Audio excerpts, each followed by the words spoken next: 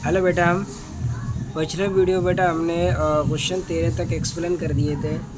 इस वीडियो में बेटा हम 13 से आगे के क्वेश्चन एक्सप्लेन करने वाले हैं, जिसमें बेटा हमारा 14वां क्वेश्चन है। 20 ग्राम द्रव्यमान की एक गेंद एक दीवार पर 15 मीटर प्रति सेकंड के वेग से 45 अंश के कोण पर टकराती है। कितने अंश के कोण पर टकराती है बेटा? 45 अंश के कोण पर टकराती है। तो 20 ग्राम द्रव्यमान की एक गेंद एक दीवार पर 15 मीटर प्रति सेकंड के वेग से 45 अंश के कोण पर टकराती तथा आपतन दिशा में 90 अंश के कोण पर वापस लौट आती है। यानी 45 अंश के कोण पर तो टकराती है और आपतन से 90 अंश के कोण पर वापस लौट आती है। और देखो बेटा, यहाँ पर जब वापस लौटने की स्थिति होती है उसे नेगेटिव लिया जाता है, यानी वेग को नेगेटिव लेना है। ठीक है, क्या लेना है? नेगेटिव।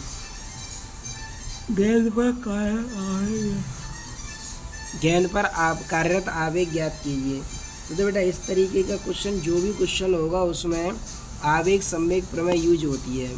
कौन सी प्रमेय यूज होती है? आवेग संवेग प्रमेय। तो देखो बेटा, सबसे पहले द्रव्यमान कितना दे रखा है? 20 ग्राम।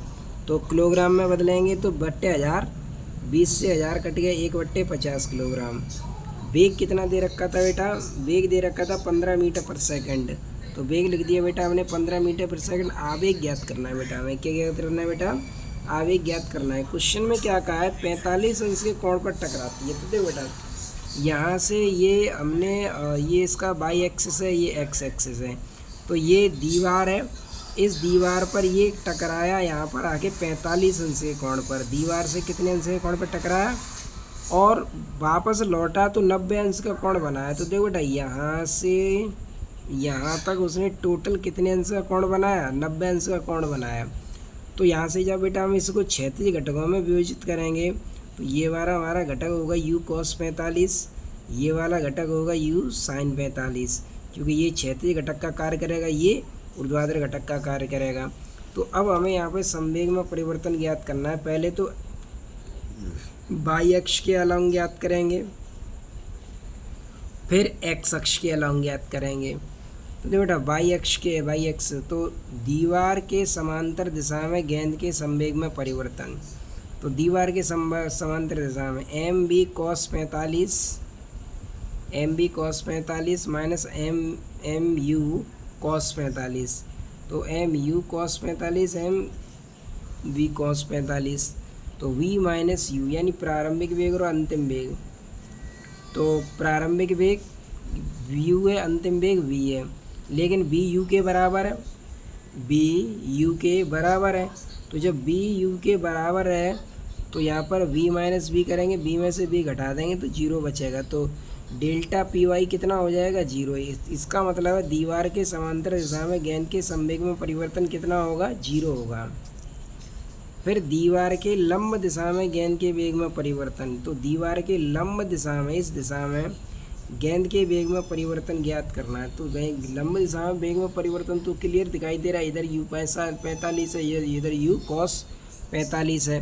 तो M B sine 45 minus M U sine 45, ये साइन 45 और ये वाला साइन 45। ठीक है, क्योंकि ये इस डायरेक्शन में, ये इसके इस डायरेक्शन में, तो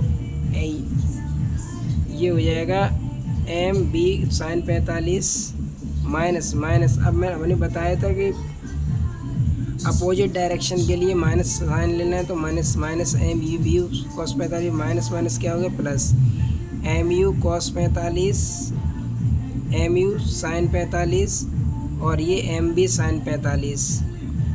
बी यू के बराबर है, इसलिए बी की जगह पर यू रख देंगे, या बी की जगह बी रख देंगे। तो M B sine 45, M B sine 2 M B sine 45 हो जाएगा। एम की वैल्यू कितनी निकाली थी हमने? एम की वैल्यू थी 1/50। बी की वैल्यू कितनी थी? 15। तो बी की वैल्यू हो गई 15, एम की वैल्यू होगी 1/50। साइन 45 की वैल्यू 1/√5। 2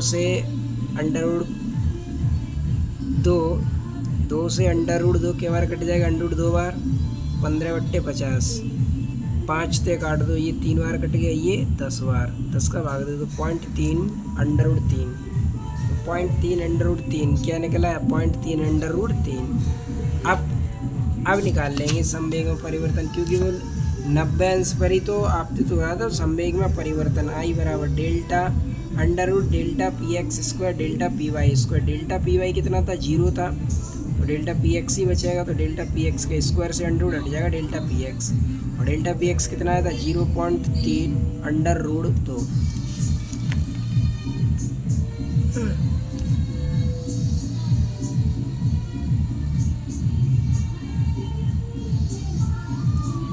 0.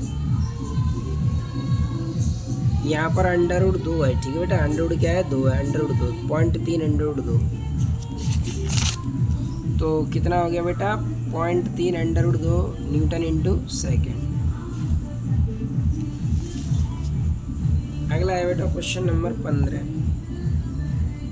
दिए गए बल व समय वक्र के आवेग का परिमाण ज्ञात कीजिए। तो हमें आवेग ज्ञात करना है, क्या कहते हैं बेटा, आवेग ज्ञात करना है।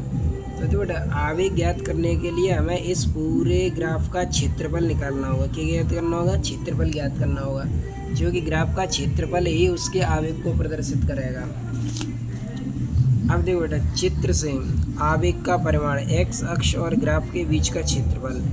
अब देखो बेटा यहाँ पर कोई सटीक ग्राफ तो बन नहीं रहा है, वो सटीक आकृति तो बन रही नहीं है, इसलिए हम इस आकृति को अलग अलग पार्ट्स में डिवाइड कर देंगे। अब देखो बेटा यहाँ से इस तरीके से ये और ये एक त्रिभुज बन रहा है। क्या बन रहा है, त्रिभुज बन रहा है, और इस त्रिभुज का आधार यहाँ से यहाँ तक कितना है 4, आधार कितना है यहाँ से यहाँ तक 4, और यहाँ से यहाँ तक इसकी ऊंचाई कितनी है बेटा 20। तो त्रिभुज का क्षेत्रफल 1/2 आधार गुणा ऊंचाई प्लस, अब इतनी आकृति का क्षेत्रफल मिल गया हमें। अब देखो इस आकृति का क्षेत्रफल निकालेंगे, और ये आकृति बन रही है आयत। आयत का क्षेत्रफल होता है लंबाई गुणा चौड़ाई। तो चौड़ाई 6 में से 4 घटाओ कितने बचे 2, तो इनके बीच की दूरी 2 ही तो हो गई, तो 2 गुणा ऊंचाई बेटा यहाँ से यहाँ तक कितनी है 20, तो 2 गुणा 20 प्लस 1/। अब देखो यहाँ से बेटा ये भी एक त्रिभुज बन रहा है। इस त्रिभुज का क्षेत्रफल, इन दोनों के बीच में अंतर कितना है 8 और 6 के बीच में 2 का अंतर है, तो आधार हो गया 2, और यहाँ से लेके यहाँ तक ऊंचाई कितनी है बेटा 20। तो बेटा 2 से 2 कट गया, 20 बचा यहाँ पे, ये 40 हो गया। 2 से 4 कट गया 2 बार, ये 40 हो गया, ये 40 हो गया, ये 20 हो गया। तो कितना आ गया बेटा 100 न्यूटन इंटू सेकेंड। कितना आ गया बेटा 100 न्यूटन इंटू सेकेंड। 16वां क्वेश्चन है 4 किलोग्राम द्रव्यमान के पिंड की प्रारंभिक चाल 2 मीटर पर सेकंड है। तो द्रव्यमान कितना है बेटा इसका 4 किलोग्राम।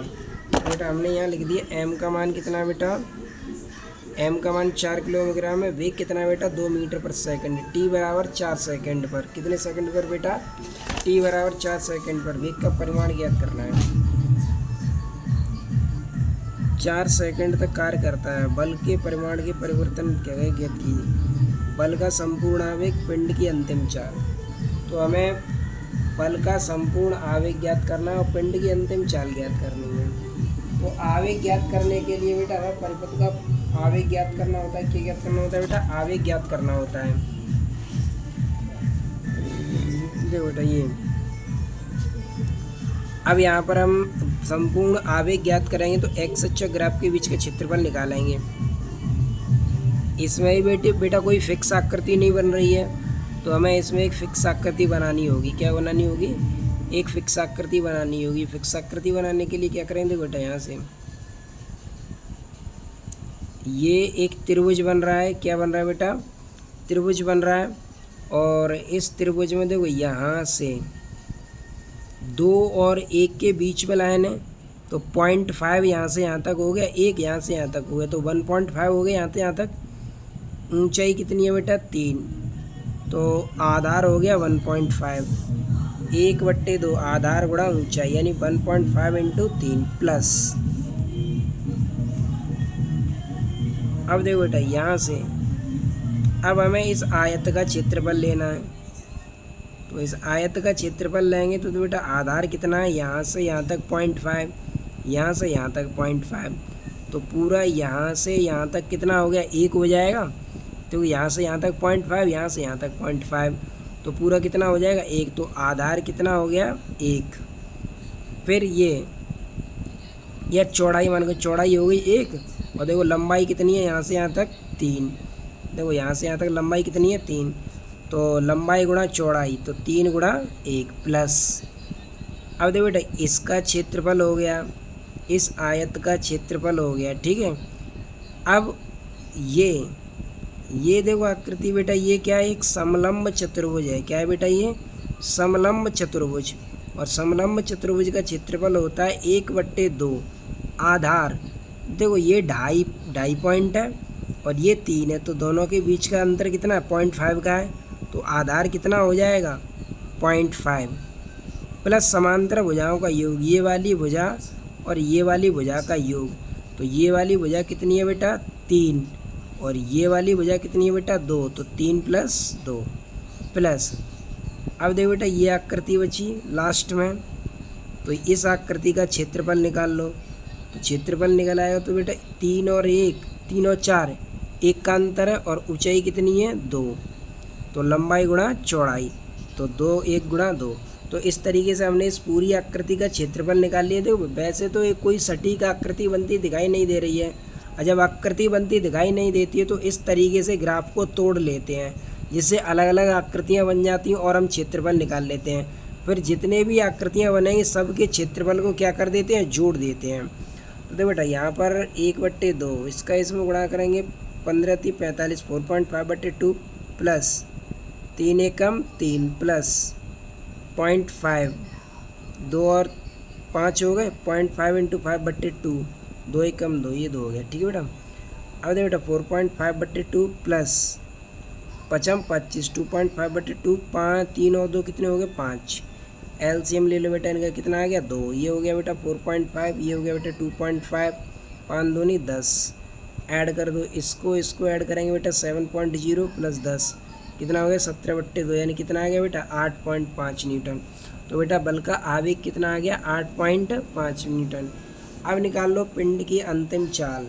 तो अंतिम चाल निकालेंगे तो आवेग बराबर होता है बेटा संवेग में परिवर्तन, तो I = mv - u। अब m कितना है बेटा 4, I कितना है 8.5, u कितना है बेटा 2, u कितना था u 2 था, कितना था u 2 था, इधर था u कितना था बेटा 2, ठीक। तो 8.5 95 भाग 2.125, 2 इधर 95, 4.125 मीटर पर सेकंड। तो बेटा अंतिम चाल कितनी होगी 4.125 मीटर पर सेकंड। इसके बाद बेटा क्वेश्चन नंबर 17 आए।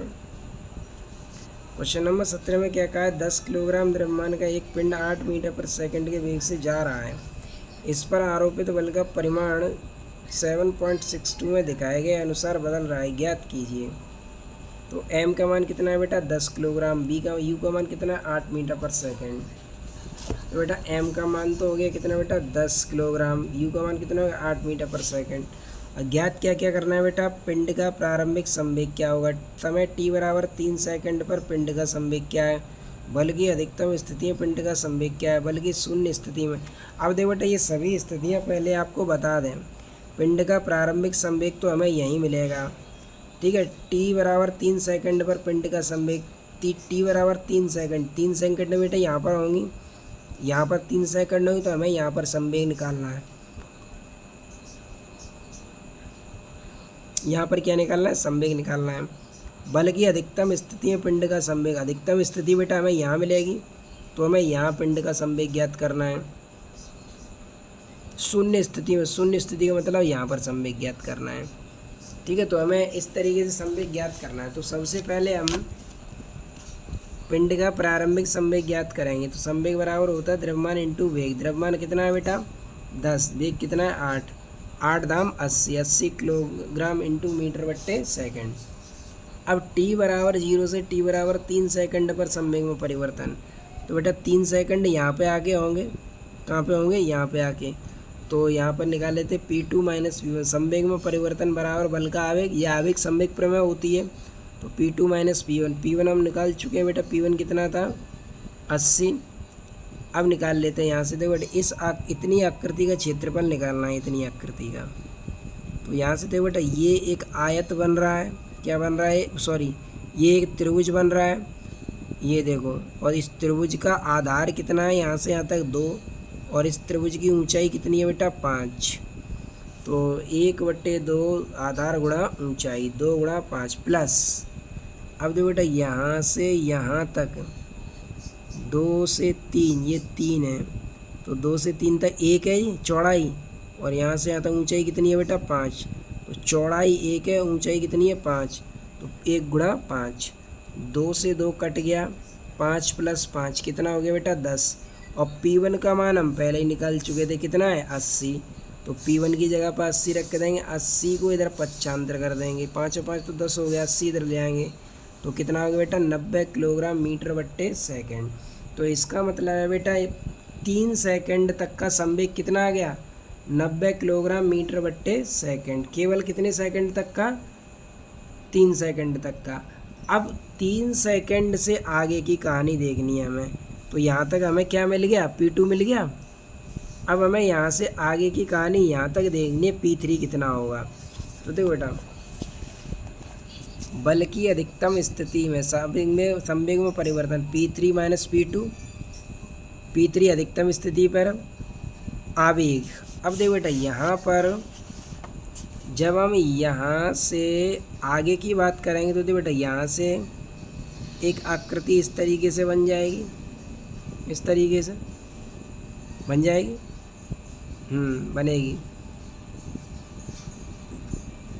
तो बेटा यहाँ से यहाँ तक का गैप कितना है, 3 से 6, 3 का गैप है, तो चौड़ाई कितनी हो गई 3। यहाँ से यहाँ तक का गैप कितना है 5। यहाँ से यहाँ तक का गैप कितना है, क्योंकि हमें इतने एरिया का क्षेत्रफल निकालना है। यहाँ से यहाँ तक का गैप है 6 और ये 3, तो 3 का गैप है। और यहाँ से यहाँ तक की माप कितनी है 5। तो यहाँ पर लिख देंगे बेटा 3 गुणा 5, क्योंकि आयत बन रहा था। और यहाँ पर बेटा देखो यहाँ ऊपर ये त्रिभुज बन रहा है, क्या बन रहा है त्रिभुज। और त्रिभुज का क्षेत्रफल होता है आधार यहाँ से यहाँ तक कितना है 6 से 4 तक 2, और यहाँ से यहाँ तक ऊंचाई कितनी है 5 ही है। तो 1/2 आधार 2 है, ऊंचाई 2 से 2 कट गया, कितना हो गया 15 और 5 20, 90 इधर ले आओ तो 20 और 90 कितने हो गए 110 किलोग्राम मीटर/सेकंड। अब बल शून्य होने पर, तो बल शून्य होने की स्थिति में पिंड यहाँ पर आ जाएगा, कहाँ आ जाएगा यहाँ पर आ जाएगा। तो यहाँ लिख लेंगे P4 - P3 बराबर आवेग। अब देखो यहाँ से ये एक त्रिभुज कंप्लीट बन रहा है, त्रिभुज का क्षेत्रफल लगा देंगे 1/2 आधार। देखो बेटा यहाँ से यहाँ तक का फर्क कितना है 2 का फर्क है, यहाँ से यहाँ तक का, तो आधार हो गया 2। और देखो बेटा यहाँ से लेकर यहाँ तक की ऊंचाई कितनी है 10, तो × 10, 2 से 10 2 कट गया, ये बचा 10 -110 इधर ले आओ, कितना हो गया 120 किलोग्राम मीटर/सेकंड। ठीक है बेटा, तो इस वीडियो में इतने क्वेश्चन, अगले वीडियो में आगे क्वेश्चन एक्सप्लेन करें। Thanks for watching.